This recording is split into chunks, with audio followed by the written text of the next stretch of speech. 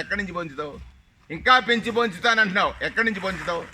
ఇవాళ నువ్వు చేస్తే ఎక్కడైనా అభూత కల్పన, లేకపోతే 14 ఏళ్ళు నువ్వు ముఖ్యమంత్రిగా చేసిన సమయంలో మాడిగల్లో భూమి మాడిగలు ఉంటాయి కదా, అందులో దాచిన డబ్బు తీస్తావా? చెప్పాల్సినటువంటి అవసరం ఉంది. పోని నీవేమైనా సంపద సృష్టిస్తానంటే నమ్మడానికి జనం వెర్రోళ్ళ? నువ్వు పరిపాలించిన ప్రతి సంవత్సరం కూడా, నువ్వు ముఖ్యమంత్రిగా ఉన్నప్పుడు ప్రతి సంవత్సరము రెవెన్యూ లోటుతోటే ప్రభుత్వం నడిచింది. రెవెన్యూ లోటుతో ప్రభుత్వాన్ని నడిపిన మీరు సంపద ఎలా సృష్టిస్తారు?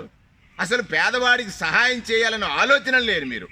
పేదరికంలో ఉన్నవాడు కష్టాల్లో ఉంటేనే నేను చెప్పే అబద్ధాలు వింటాడని ఆలోచన కలిగిన మీరు ఇవాళ కేవలం నలుగురిని కలుపుకొని ఒక పవన్ కళ్యాణ్ని కలుపుకున్నారు. దేనికి?